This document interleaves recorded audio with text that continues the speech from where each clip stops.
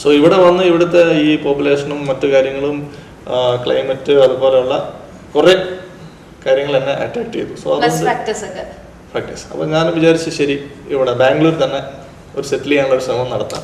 പക്ഷെ അങ്ങനെ ഞാൻ ആ വർക്ക്ഷോപ്പ് വിട്ട് ഇനിയൊരു വർക്ക്ഷോപ്പിൽ ജോലിക്ക് കയറി. അവിടെ അസിസ്റ്റന്റ് മെക്കാനിക് ആയിട്ടാണ്.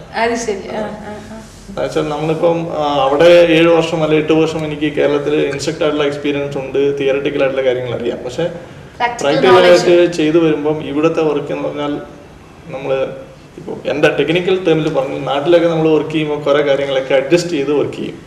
പക്ഷെ ഇവിടെ അങ്ങനെയില്ല. ഇവിടെ എല്ലാം പെർഫെക്റ്റ് ആയിരിക്കണം.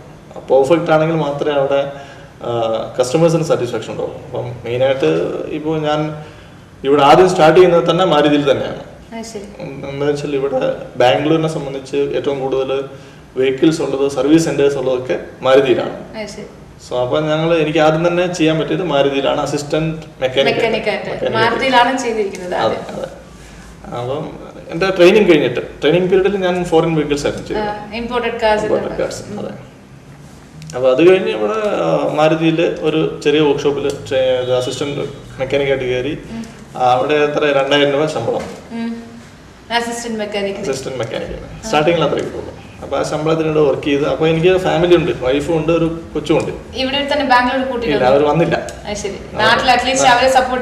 വീട്ടുകാരൊക്കെ ഉണ്ട് നാട്ടില് എല്ലാവരും ഉണ്ട്. അപ്പൊ ഇവിടെ വന്ന് ഒരു വർക്ക്ഷോപ്പിൽ ഒരു 6 months 8 months അടുത്ത് അവിടെ വർക്ക് ചെയ്തു. അവിടെ വർക്ക് ചെയ്തപ്പോൾ നമുക്ക് കുറച്ചും കൂടെ പ്രാക്ടിക്കൽ ആയിട്ടുള്ള ഐഡിയ കിട്ടി. ഈ മാരുതിയുടെ കാര്യങ്ങൾ കുറച്ച് നല്ല ഇതായിട്ട് ചെയ്യാൻ പറ്റും.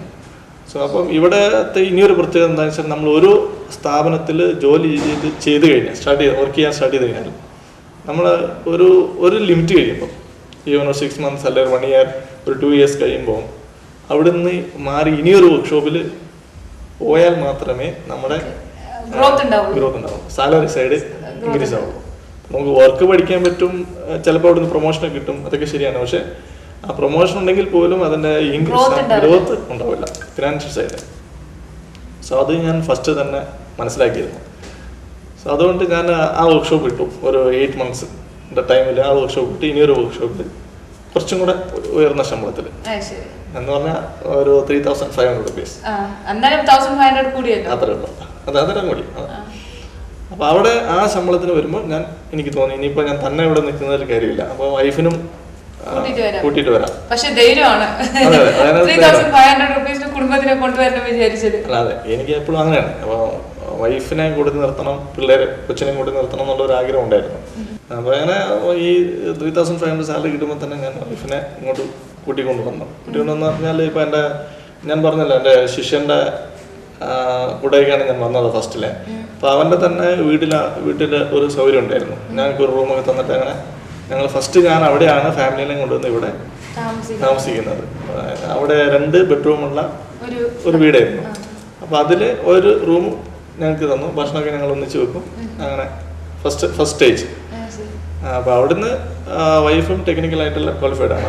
അവര് ഇലക്ട്രോണിക്സ് ഇൻസ്ട്രുമെന്റേഷൻ ഡിപ്ലോമ.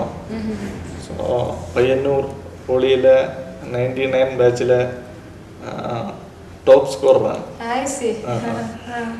വൈഫിന്റെ വീട് ചെമ്പന്തൊട്ടി എന്ന് പറഞ്ഞ സ്ഥലത്താണ്. അപ്പൊ അങ്ങനെ ഇവിടെ വന്ന് ഞങ്ങള് വൈഫിനെ കൊണ്ടുവന്നു, കുട്ടീനെ കൊണ്ടുവന്ന സമയത്ത്. അപ്പൊ അങ്ങനെ ഫസ്റ്റ് ടൈമിലൊന്നും വൈഫ് ജോലിക്ക് പോയില്ല, വീട്ടിൽ തന്നെ ആയിരുന്നു. പിന്നെ കുറച്ച് ശ്രമിച്ചുകൊണ്ടിരുന്നു അവരുടെ ഇതിൽ കിട്ടാൻ വേണ്ടിയിട്ട്. ശരി, അങ്ങനെ ഞാൻ ഈ 3500 ഇനിയൊരു വർക്ക്ഷോപ്പിലും പുതിയതായിട്ട് ചേർന്നു വേണ്ട. അവിടെയും ഞാൻ ഇത് തന്നെ assistant mechanic cum on road service രണ്ടും കൂടി ചെയ്തു. പറഞ്ഞാൽ ഇപ്പോൾ നമ്മൾ ഈ ബ്രേക്ക് ഡൗൺ സർവീസ് വരുമ്പം അത് കുറച്ച് കഷ്ടമുള്ള പണിയാണ് ഇവിടെ. എന്നെ സംബന്ധിച്ച് എനിക്ക് ഡ്രൈവിംഗ് നന്നായിട്ട് അറിയാം. 2 വീലറും 4 വീലറും നന്നായിട്ട് കൈകാര്യം ചെയ്യാൻ അറിയാവുന്നത് കൊണ്ട് ഈ ഓൺ റോഡ് സർവീസ് പെട്ടെന്ന് എൻ്റെ കയ്യിൽ വന്നു. അപ്പോൾ അങ്ങനെ ഈ ഓൺ റോഡ് സർവീസിന് പോകുമ്പോൾ അത് കുറച്ച് കഷ്ടമുള്ള പണിയാണ്. പക്ഷെ നമുക്ക് കുറച്ച് എക്സ്ട്രാ ബെനിഫിറ്റ് ഉണ്ട്. പ്ലസ് നമ്മൾക്ക് ഈ വർക്കിലുള്ള ഐഡിയാസ് കൂടുതൽ കിട്ടാൻ തുടങ്ങി. ഇപ്പോൾ ഒരു വർക്ക്ഷോപ്പിൽ നിന്ന് നമ്മൾ പണി ചെയ്യുമ്പോൾ കിട്ടുന്നതിനേക്കാൾ ഒരു 2 ഇരട്ടി ഐഡിയാസ് നമ്മൾ പുറത്ത് പോയി ചെയ്യുമ്പോൾ എന്ന് പറഞ്ഞാൽ അത് ബ്രേക്ക് ഡൗൺ ആയി കിടക്കുന്ന വണ്ടിയാണ്. അപ്പോൾ അതിനകത്ത് എന്താണ് കംപ്ലൈന്റ് എന്ന് നമുക്ക് അറിയില്ല. നമ്മൾ ഒന്നൊന്ന് ചെക്ക് ചെയ്ത് കണ്ടുപിടിക്കണം. അത് നല്ലൊരു എക്സ്പീരിയൻസ് ആണ്. വീണ്ടും ഞാൻ ഇനിയൊരു വർക്ക്ഷോപ്പിൽ മാറി. ഇപ്പോൾ കോരമംഗലയിൽ ഇനി ഒരു വർക്ക്ഷോപ്പ്, അതും എല്ലാം ഈ ഞാൻ ഇപ്പോൾ ചെയ്തുകൊണ്ടിരിക്കുന്ന എല്ലാ വർക്ക്ഷോപ്പും മാരുതി ഓതറൈസ്ഡ് ആയിരുന്നു എന്നുള്ളതൊരു. അപ്പോൾ ആ വർക്ക്ഷോപ്പിൽ ചെന്നപ്പോൾ എനിക്ക് 4,000 rupees സാലറി ആയി. അതോടൊപ്പം തന്നെ വൈഫിനും ജോലി കിട്ടി. ഇവിടെ തന്നെ നമ്മുടെ കൂത്തുപറമ്പിലുള്ള ഒരാൾ നടത്തുന്ന ഒരു ഇൻസ്ട്രുമെന്റേഷൻ കാലിബ്രേഷൻ കമ്പനിയിൽ വൈഫിന് ജോലിയായി. അപ്പോൾ കുറച്ചും കൂടെ മെച്ചപ്പെട്ടു. എന്നാൽ ബാംഗ്ലൂരിന്റെ ആ ക്ലൈമറ്റും ക്ലൈമറ്റ് ഞാൻ പല പ്രാവശ്യം പറയുന്നുണ്ട് എന്ന് വെച്ചാൽ നല്ല ഇതാണ്. അപ്പോൾ ആ ഫാമിലി സെറ്റപ്പ് കുറച്ചും കൂടെ നന്നായി. അപ്പോൾ കുട്ടീനെയും സ്കൂളെന്ന് പറഞ്ഞാൽ കിൻഡർ ഗാർഡനിലൊക്കെ ചേർത്തു, നന്നായിട്ട് പോയി. അപ്പോൾ അവിടുന്ന് ആ 3rd വർക്ക്ഷോപ്പിൽ നിന്ന് ഞാൻ കുറച്ചൊക്കെ കന്നഡ പഠിച്ചെടുത്തു. എന്ന് പറഞ്ഞാൽ അവിടെ കുറച്ച് കന്നഡ റിപ്രസെൻ്റ് കൂടെ ഉണ്ടായിരുന്നു. സോ അവിടുന്ന് കുറച്ച് ലാംഗ്വേജ് പഠിച്ചു. അത് കഴിഞ്ഞിട്ട് അവിടെ ഞാൻ 1.5 വർഷം വർക്ക് ചെയ്തു. 3ാമത്തെ വർഷത്തിൽ 1.5 വർഷം വർക്ക് ചെയ്ത് കഴിഞ്ഞിട്ട് ഞാൻ ഇനി ഒരു മലയാളിയുടെ സർവീസ് സെൻ്റർ ഉണ്ട്, UM കാർസ് എന്ന് പറഞ്ഞിട്ട്, നമ്മുടെ ഓൾഡ് എയർപോർട്ട്. ഇപ്പോൾ എയർപോർട്ട് ഇവിടുന്ന് മാറിയല്ലോ. അതെ, ആ ഓൾഡ് എയർപോർട്ട് റോഡിൽ ഒരു വർക്ക്ഷോപ്പ് ഉണ്ട്. അവിടെ ഞാൻ ചെന്നു. അവിടെ ചെന്ന് ഞാൻ എൻ്റെ ബയോഡാറ്റയും കാര്യങ്ങളൊക്കെ കൊടുത്തു കഴിഞ്ഞപ്പം അവിടെ ആൻ്റണി എന്ന് പറഞ്ഞിട്ട് അയാൾക്ക് ഞാൻ ഭയങ്കരമായിട്ട് ഇമ്പ്രഷനായി. നാട്ടിൽ 7 വർഷം 8 വർഷം ഇൻസ്ട്രക്ടറായിട്ട് വന്ന ഒരാളെ സംബന്ധിച്ച് ഭയങ്കരമായിട്ടുള്ളൊരു പൊട്ടൻഷ്യൽ ഉണ്ടെന്ന് അയാൾക്ക് തോന്നി.